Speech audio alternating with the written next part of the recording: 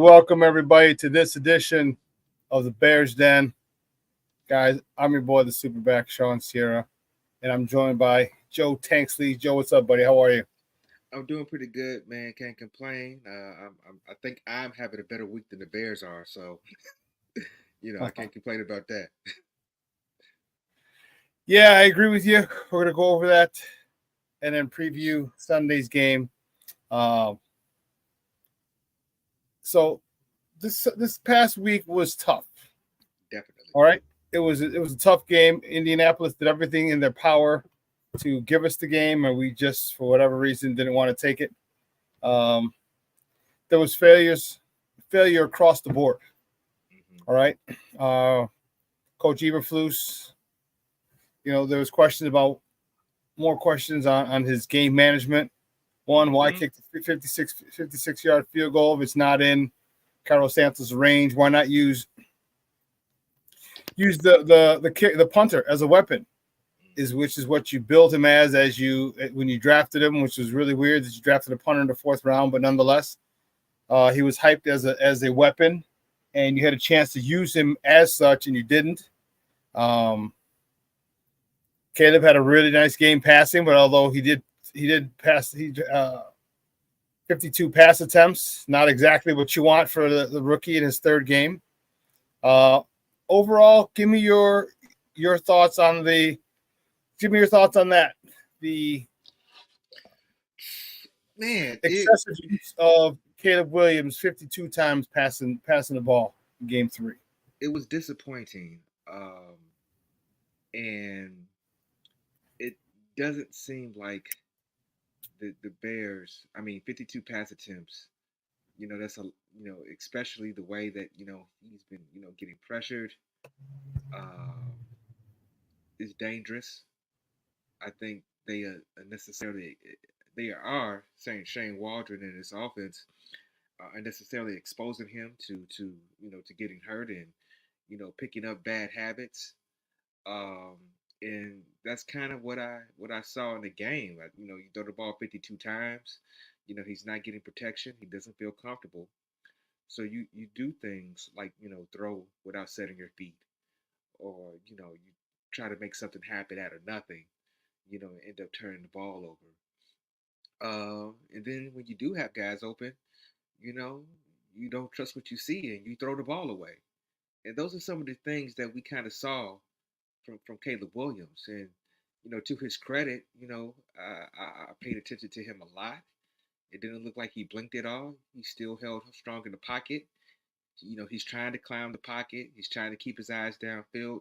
So he's doing all the right things. But at a certain point, he is who he is. He's going to try to make a play. And, Ryan Poles went out and got all these extra players, so it didn't all have to be on him. And in the first 3 games, it seems like it is. And his offensive coordinator is definitely not helping him out. His offensive coordinator is definitely not helping him out. As you can see, with 52 pass attempts and no run game in sight that we can lean on. No easy slam dunk plays that we can lean on. That should be installed by now. That everybody should be comfortable running, and that's something that he mentioned. That they have to be comfortable. Communicating the offense and comfortable running the plays, and we haven't seen it. That's the thing that the question that I had initially is, what's our identity? And, do we not have one, or do we have one? Are we a finesse, soft team? Is that our identity? Bear fans don't want that to be their identity, but maybe unfortunately, maybe that's what it is. I look at 4th and 1 and 3rd and 1, and there's no statement being made. Mm-hmm. Okay, there's no definitive. We don't have a play to hang our hat on. Mm-hmm. The one play that I like personally, if you're going to pass it, I love DJ Moore split to the short side of the field, or just split. I should say not necessarily the short side, but split alone on one side. Have him run. We call it a disco route. Some people call it other things. Where he comes in like a slant and then spins back out and goes right back toward the sideline. And because of what DJ Moore can do once he catches the ball, and people understand it's 3rd and 1 or 4th and 1, you're gonna get DBs. DBs never want to give an inside release. Mm-hmm. If they do, if the receivers are able to get one, they're going to overcompensate. They're going to jump the inside. Definitely all the time. Which is why he's going to plant, pivot, and go right back out. Obviously, past the marker, the first down marker, but directly to the sideline and have Caleb throw it that way. I like that play on a 3rd and 1, 4th and 1. But we don't seem to have a specific play. All right, we don't have an attitude. And Shane Waldron, and also I don't really like DeAndre Swift down on the goal line either. The guy's 180 pounds. Sorry, buddy, but that's not getting it done. You're not running anybody over. Mm-hmm. Okay, and that's another thing that's interesting to me. Give me your thoughts. So Shane Waldron spoke to the media today. Thursdays is the day to speak to the coordinators. Mm-hmm. And he said, per Shane Waldron, he said that Khalil Herbert's going to be their short yardage guy. Give me your thoughts on him, on Khalil Herbert getting more tick and being their designated short yardage guy. Well, initially, I kind of felt like, Khalil Herbert should have been a guy that they've been getting, touches to anyway. Short yardage, I would kind of prefer Roschon Johnson because, in the last game, we haven't seen the first 2 games, but the last game, he was able to get downhill and he was able to pick up, some tough yards, when he got his opportunity. Khalil Herbert, I think he's a talented back. I think, he deserves to play. I don't know for the life of me why Travis Homer, no knock against Travis Homer, but I don't think he's as good as a running back as Khalil Herbert. And so I don't see why he was, number 2 on the depth chart anyway. And I kind of, just kind of chalked it up, with Shane Waldron being familiar with those guys and those guys getting the opportunity. Same thing with, with Gerald Everett, which, it is what it is. But, those seem like those were the guys that he trusted. But, for us in the city, we know what Khalil Herbert is capable of. We've seen him, break off some big runs. And so he should have been getting a lot of the opportunities early on in the season, probably, game 1 and game 2. I think that was, these were prime opportunities to establish that run game and establish Khalil Herbert in a 2-headed monster, and, with DeAndre Swift and him, but it didn't pan out. And now, we seen Roschon Johnson being added to the mix. I would like to see him get some of those opportunities as well as short yardage situation because it seems like he runs hard, he gets downhill quickly. And so, we'll have to see how it works. Hopefully they did a lot more self-scouting, with that offense and, figured out some other ways to utilize people as well. Yeah, so I think you said something very profound there, and that was self-scouting. All right. Mm-hmm. I hope they do a good job of self-scouting, and I said it on my show yesterday. If they need a guy, they need 2 guys. Mm-hmm.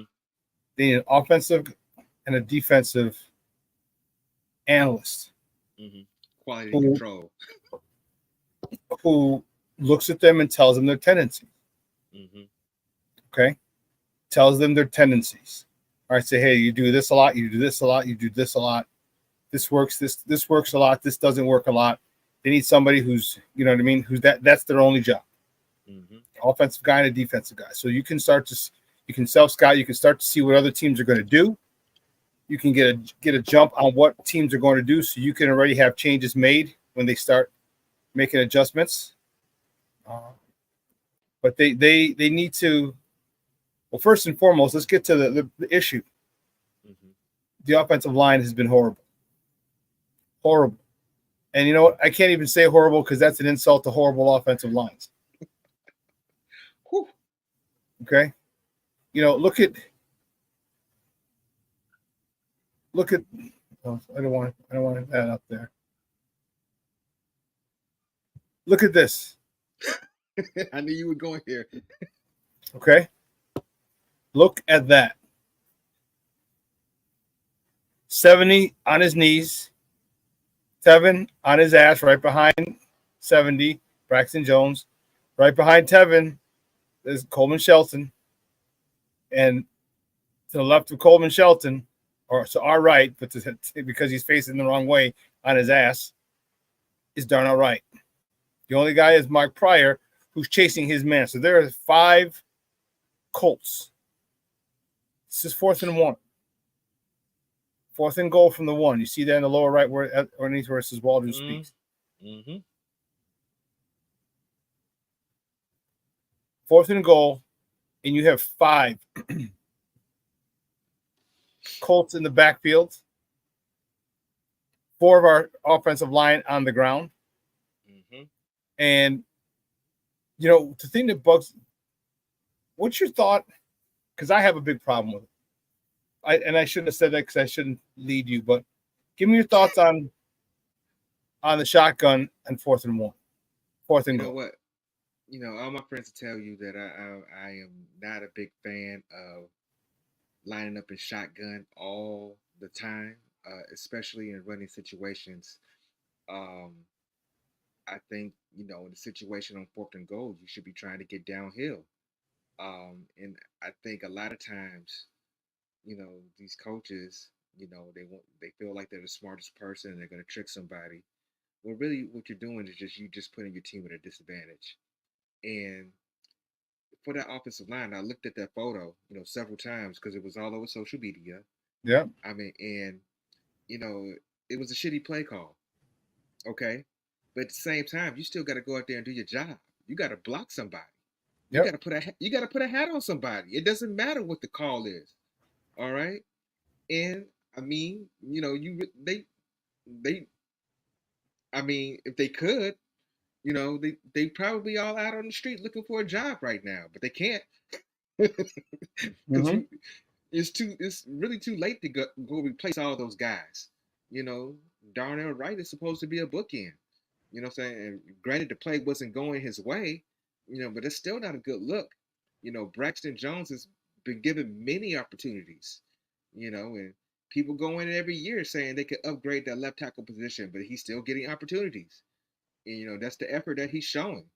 You know, Tevinjenkins, you know, I kind of feel like something's going on with him because he's a little bit nastier and a little bit more aggressive, and I just haven't seen that from Tevin this year.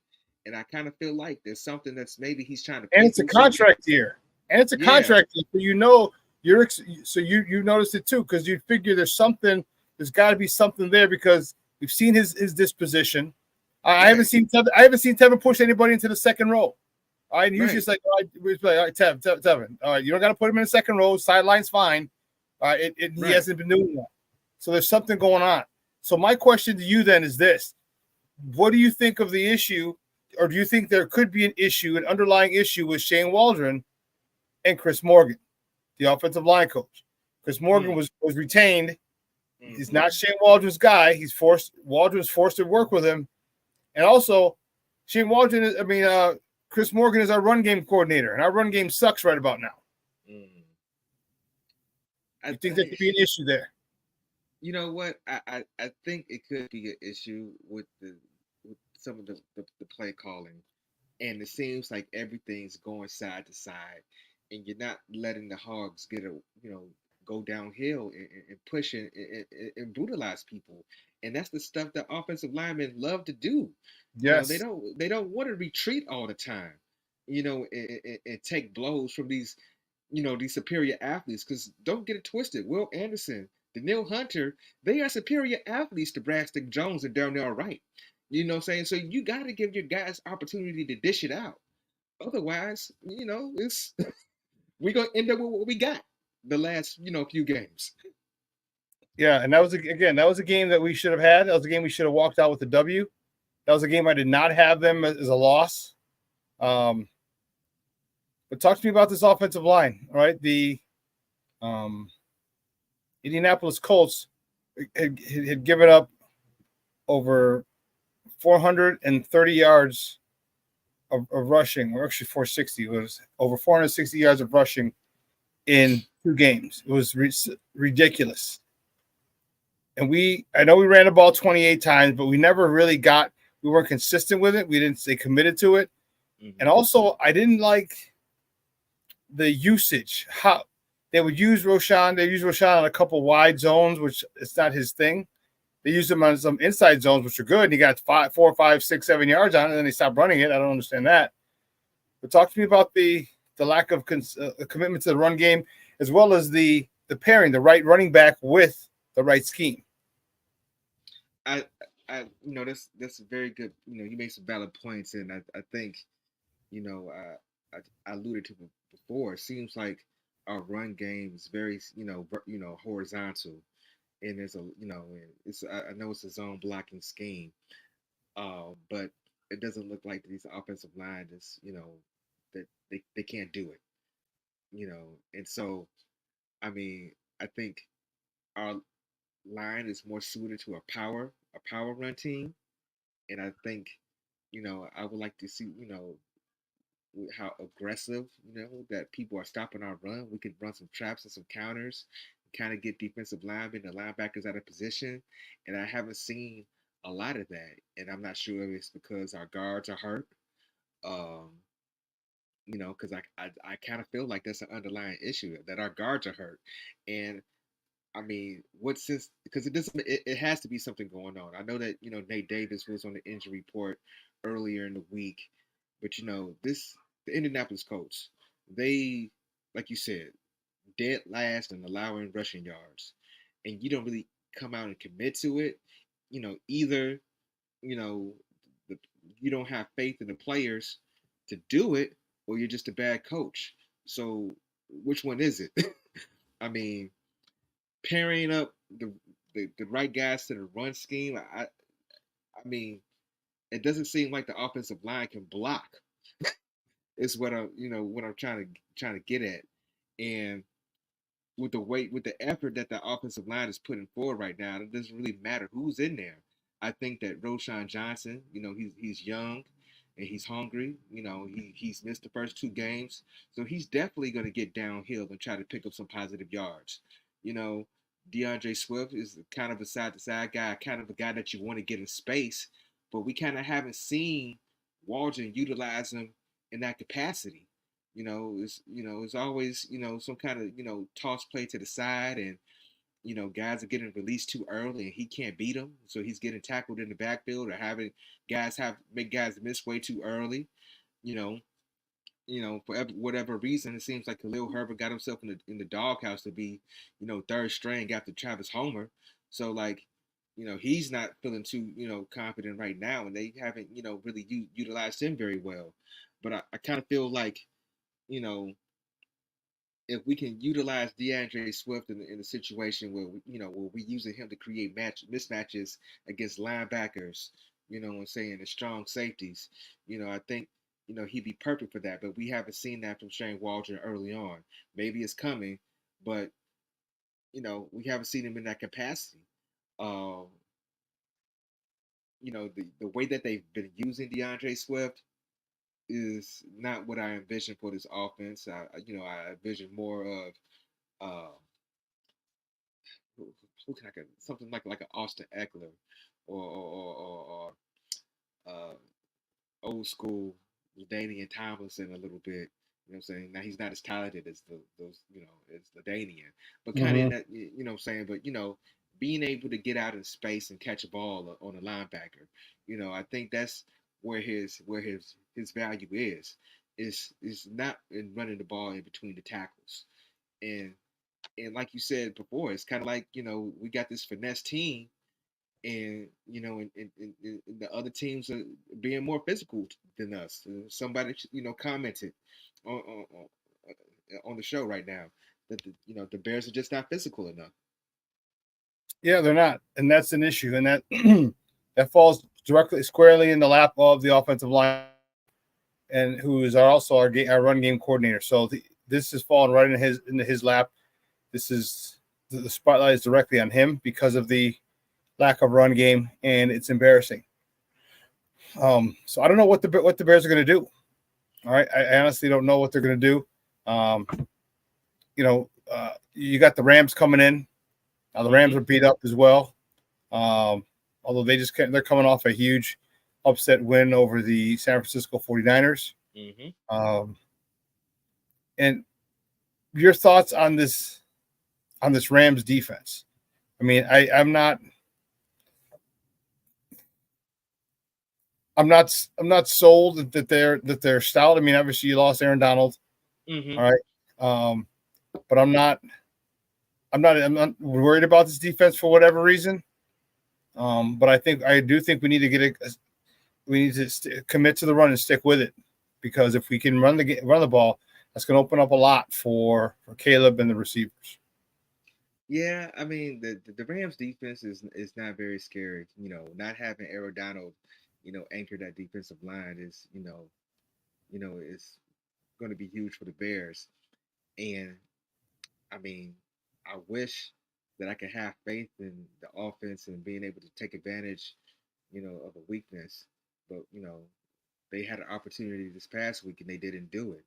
So it's like you said before, hopefully they're doing some self scouting and coming up with some ways to get the running game involved and be more balanced and not having to rely on the right shoulder and arm of Caleb Williams so much, and it's so early in his first season.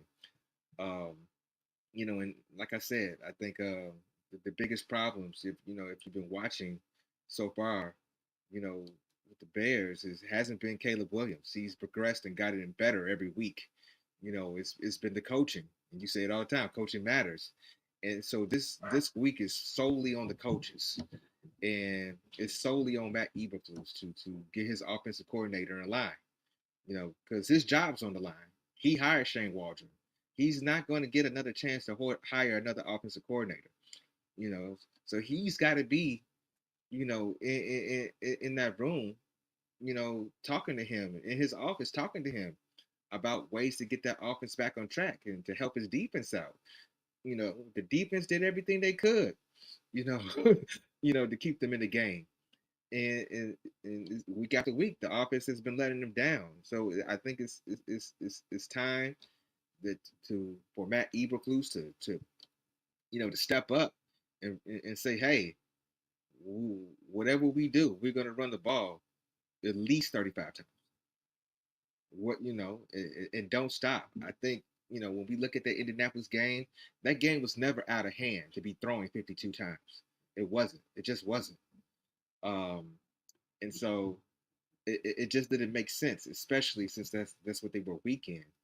And we were able to see what a strong running game does, because it wear down our Bears defense. Yeah. Towards the end. You know, and it's just the way it is. If you commit to it, eventually something's going to hit. Something's going to work. You know, let your let the big guys beat up on the other guys. You know, get some double teams on some of those guys that that you gotta you know get some double teams on Danielle Hunter and push him and move him around a little bit.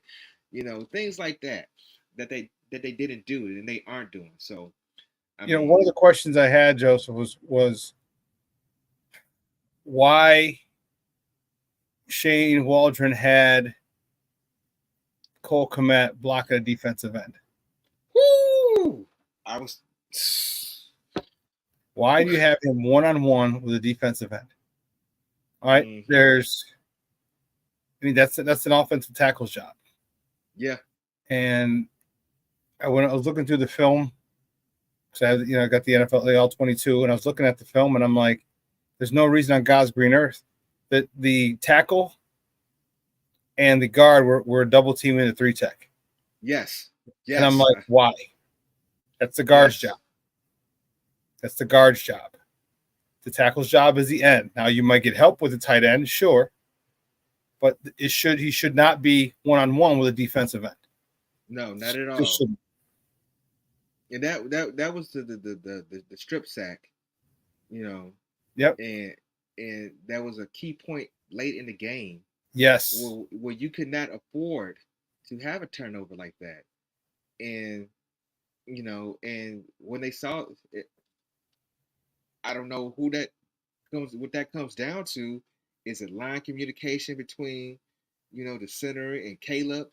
Does Caleb have to do a better job of calling out the protection, or is it just poor design? You know, and right now the way it's looking, it looks like it's just poor design.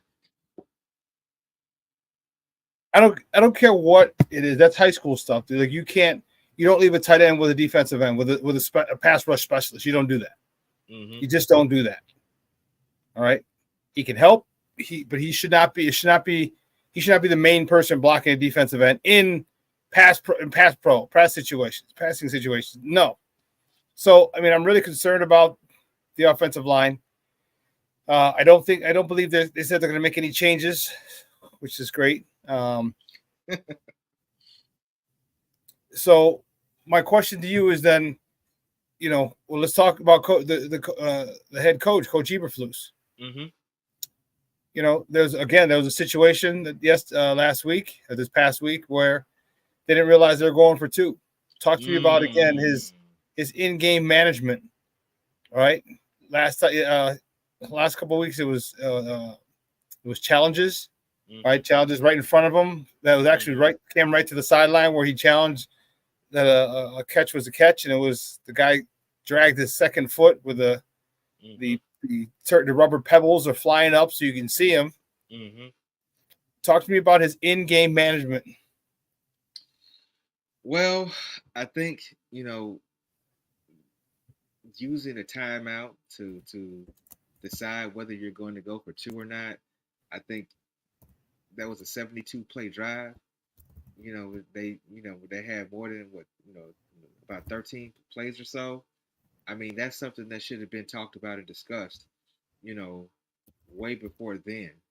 And that should have been communicated to your special teams coordinator and with Shane Waldron to have the play dialed up already.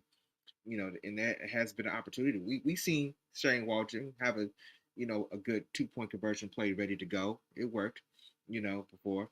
And so I think, the in game management so far, and here's the thing with Matt Eberflus, he hasn't been in a lot of these situations, really, really, for real, with any real consequence. And this is the first year that this is some real consequences, and it looks like he's failing at it. Um, it's not good at all. I think. I think that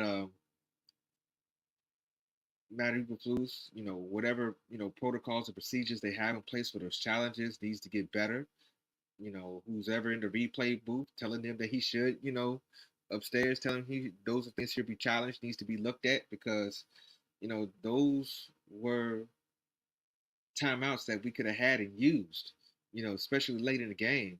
And I don't think, I think he's starting to feel the pressure right now. He's blinking and it's not looking good. No, definitely not. And I'm a little concerned with him with this Mm-hmm. situation. Um, let's talk about the defense. The defense has been doing well. Mm-hmm. You can't ask they have a couple touchdowns in the second half, but you can't keep them out there, and you can't keep um, offense can't keep turning the ball over with short fields, Mm-hmm. and it's any defense is going to break, Yeah. and that's the issue. But talk to me about this defense and what you've seen so far. Um, what you've seen so far. You know what? I think the defense has been great. You know, you know, even in the last game, like you said, there's only so much they could do. And they've been, they gave up a big play. They came right back and got the ball. And I think um, they've been opportunistic. They've made the plays that they need to. They've been tackling pretty well. They've been forcing turnovers. They've been getting to the quarterback. Uh, they pretty much done everything that they asked. I do think that Kyler Gordon could be a little bit better with his blitz routes. I think I don't know what he's doing out there. He's doing his Spider-Man thing and ballet dance thing, but he needs to be a little bit more aggressive on those blitz routes and get there in a hurry. I feel like he's dancing a little bit too much and taking bad angles because I think he could have got to the quarterback on a couple of those blitzes, and he's taking bad angles, and not running hard enough. But I think that's something that could be coached and that he'll fix. Because I think I think he's a secret weapon, a good weapon to have in that defense, especially blitzing. And I think there's a couple times he could have got home and he didn't because he was dancing around linemen a little bit too much. But other than that, I think the defense has been great. Yeah, defense is definitely, they understand their mission. They got to hold it down while this offense gets clicks, or gets some chemistry. I think they've been doing a good job as well. Let's look ahead to this Rams game and talk about this. A couple years removed from the Super Bowl. Mm-hmm. They're 1-2. Mm-hmm. All right, they just won this past week, so they're coming in with a little momentum. Excuse me, with a little momentum. Give me your thoughts on the confidence on their offense versus our defense. All right, Sean McVay is the head coach / play caller, going up against Matt Eberflus, our head coach / defensive play caller. Well, I think Sean McVay is one of these mastermind geniuses that who can remember every single play that he's ever called in every situation. I think you also got Matt Stafford who's seen it all, and the combination of those two makes it a very I won't call it a scary situation, but a formidable situation for the Bears and Matt Eberflus.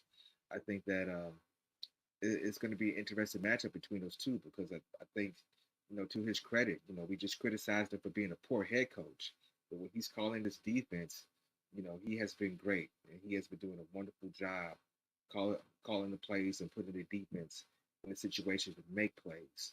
It's the other stuff with game management and getting the offense together that that I've been critical of.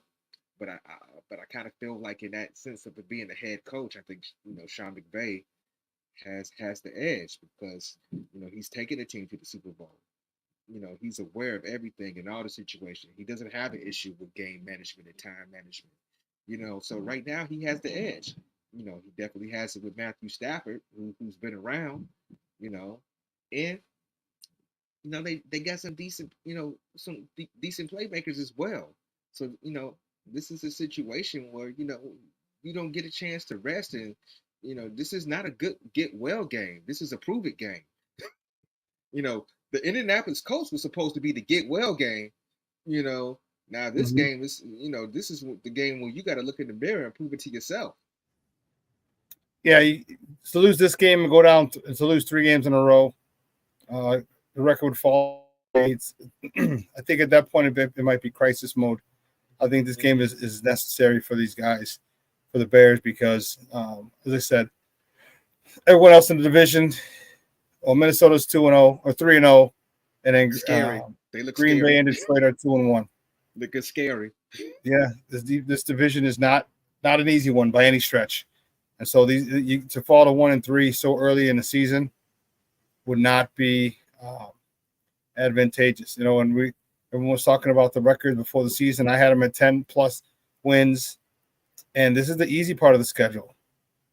All right, this was allegedly the easiest part of the schedule. The Colts you should have won. This game you should win. All right, then you got the Panthers coming up. If they're even close, if the game, only time the game should be close is before kickoff is 0-0. After that, we should just dominate that particular game. And then the Jaguars, they're horrible too, although they live in London where we play them. So that could be an issue. But then you got the Commanders. I thought that was going to be an easy game. And Jaden Daniels is like, no, homie, we got some skills over here. We got some players over here. And they've been looking. He's improved every week, and I've actually liked what I've seen out of Jaden Daniels. I like what I've seen out of that offense. And they've been bringing Jaden Daniels along very well. What's really crazy is like they've scored on every single drive. That didn't end in a half or a kneel down. That's insane. Well, for the first 2 weeks. That Yeah, was insane. For the yeah, first 2 weeks, definitely. he scored every single drive. It's only been done 10 times since 2000. Okay, that's ridiculous. And this is a rookie quarterback, but he's got Matt Kingsbury over there, and Matt Yeah. Kingsbury is tailoring his offense to the strengths of Cliff Jaden Daniels. Kingsbury, right? Cliff Kingsbury? Who did I say? Matt Kingsbury. Matt. Oh, Matt's one of my former teammates. Big shout out to Matt Kingsbury, my St. Rita teammate. Okay. Cliff Kingsbury, yes. Um, and he's maximizing the potential and Mm-hmm. utilizing the skills of Jaden Daniels. And Coach T is a good friend of my program. Um, he, I even tweeted at him, and he was saying before the draft, he said the most pro-ready quarterback coming out of the draft was Jaden Daniels. Mm-hmm. And he was like, it doesn't mean that Caleb's not gonna be better. Doesn't mean anything. He says, I'm saying person who's good, who's ready now. The most ready now is Jaden Daniels, and he's with Cliff Kingsbury, not Matt, Cliff, and they're doing their thing over there in Washington. So Washington game's not going to be easy. All right, you got the Patriots. Who's we got Washington, Arizona, and then the Patriots. Like this is Mm-hmm. supposed to be the easy schedule, part of the schedule. All right, and it might not be so easy if you can't run the ball, and that's going to be an issue. Definitely. Definitely. So, talk to me then about this defense, our defense against their off. I mean, their defense against our offense. Are we? Do you think we're going to stick to the run more? Do you think we are going to stay committed to this? Do you think they're going to? What do you think is going to happen? How do you think it's going to play out on Sunday? Because they said they're not changing the O line. They said Mm-hmm. Khalil Herbert is going to be their short yardage back. Mm-hmm.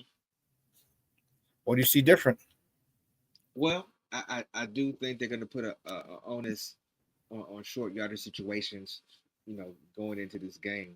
Why else would they offer it up, in press conferences? So I think that's going to be a focal point this week to have some downhill running plays, when they get into that situation.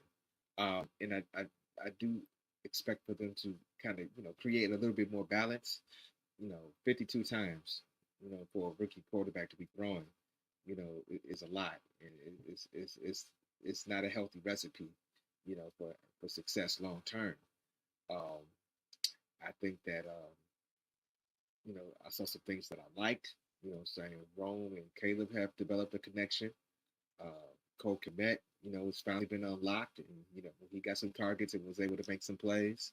I would like to see, you know, DJ Moore involved downfield a little bit more, not just these bubble screens and things like that. Like, really get him out on the route. As a parent, you talked about the disco route. Get him out there in some space where he's effective and can run after the catch. And they haven't really been using that. You know, I don't know what it is. These offensive coordinators get with the Bears and this bubble screen central. You know, cut that out. Cut it out. Uh, so I do think that Keenan Allen, has been practicing the last 2 days, so I Yeah, look forward to to having him back out there, and being able to find some mismatches and you know you know really we can really see these weapons utilized the way that they're supposed to be utilized, and I don't think that we've seen that the first 3 weeks. So I'm looking hopefully that they're self scouting and coming with up some with a game plan that everybody's comfortable working with. And the communication, I know Caleb mentioned it a lot. Communication, communication, communication. That was like his buzzword. Hopefully that's on point. They'll be at home. So no more silent counts and having the guard, tap on the center and all those things. Um, I think I'm looking for a much crisper game plan. I don't want to put a prediction on how many run plays we see because I was hoping, say for more run plays last week, but I do want to see a crisper operation. I do want to see them execute a little bit better. I do want to see them get downhill a little bit more in the run game. And I want to see DJ Moore get that, get some opportunities downfield, not just, these little, bubble and pitches and things like that. Like really put him out there. So that's what I'm looking forward to. Junior took the words right out of my mouth. I'd like to see him go under center more. Okay. I would really like to see that. It times up a lot. All right, it times up pass routes. It times up running plays. It times up. It allows a little more deception in play action. All right, there's a lot more that going under center does. Right. And Caleb, and I know he's most comfortable in shotgun, but you know what? That's going to change. That needs to change. All right, that needs to change. End of story. Okay, I know you like it. You've been doing it probably since high school. All right, but sorry, buddy. This is the NFL, and this is, we have to work on things that benefit the team. Correct. And I don't think he's averse to it. I just think that Shane Waldron, Shane Waldron's on my shit list right now. Definitely. Right. I was on a soapbox. I was beating the table for this guy. I was hyping him up when we got him. And I said repeatedly, the best acquisition we had this offseason was Shane Waldron. And now he's just forgetting how to call plays. And it's very bothersome to me. All right, I'm not seeing 2 and 3 tight end sets. I'm not seeing tight ends used in blocking as its fullbacks since passing game was out. I'm not seeing. There's a lot I'm not seeing with him, and I'm frustrated with it. So that's what I want to see. I want to see a better, a more efficiently called game. That's what I want to see. I want to see plays in and out. I want to see him moving. I need this offensive line to really take a look in the mirror. Really take a look in the mirror and say, is this the game you want to play? Do you want to play the game of football? Because as an offensive lineman, all right, if you want to play the game of football, you should be salivating over the fact that we ran 28 times last week. All right. I wanted 30 to 35, but hell, what are you going to do? Right.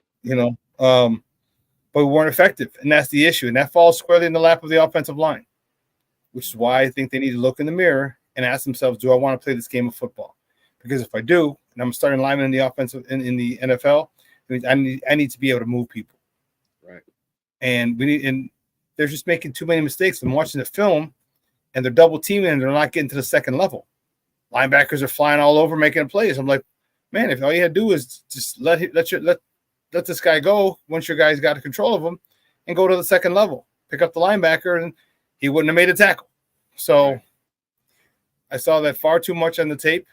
I hope they get they get their ducks in a row. I hope they understand their assignments. But man, that's what I need to see on Sunday. So no doubt. All right, I think it's a good place to end it. Before we go, you want to give a prediction, a score? Woo, man. Let's see. I do think the Bears realize that this is a must-win game, and I expect them to win a close one. I think Shawn McVay, he's a good coach, so I'm expecting a close one this time. And I think I'm going to say 24-17 Bears. Okay. Joe's prediction: Bears win 24-17.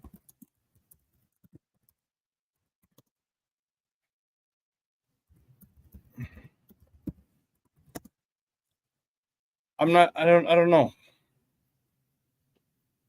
know. I don't have a good feeling about this. Oh, man. This game. Okay. I don't see the passion. And they might have it Sunday. They might come out. You know what? The old saying, shit rolls downhill. Maybe Eberflus got on Shane Waldron. Shane Waldron got on Chris Morgan. Chris Morgan might have got on the hell. Maybe Coach Eberflus put his foot in the ass of his offensive lineman. Who knows? Right.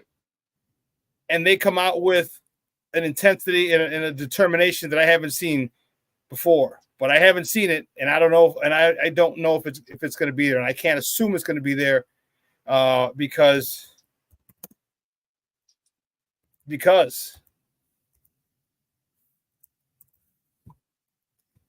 Don't get mad at me. I mean, that's fair. That's fair. I mean, the Bears haven't done anything to earn it, so I mean, I get it.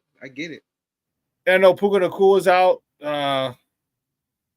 But I still think if they can run the ball on our defense, which apparently people can now, they're gonna hurt us. They're gonna hurt us. So we'll see. But anyway, Joe, thanks again. No doubt. For another episode of the Bears Den. Guys, I'm your boy, the SuperBack, Shawn Sierra. It's a collaboration between More Media and Sports Zone Chicago. Guys, have a phenomenal day. Make sure you tune in tomorrow, 9 a.m. to 11 Central Time. All right, Shawn and Maya in the morning. All right, I will be on talking White Sox. My White Sox refuse to take that record. They refuse to lose. They're going to Detroit. I was at the game today, and then I have a guy who covers the Rams for A to Z Sports.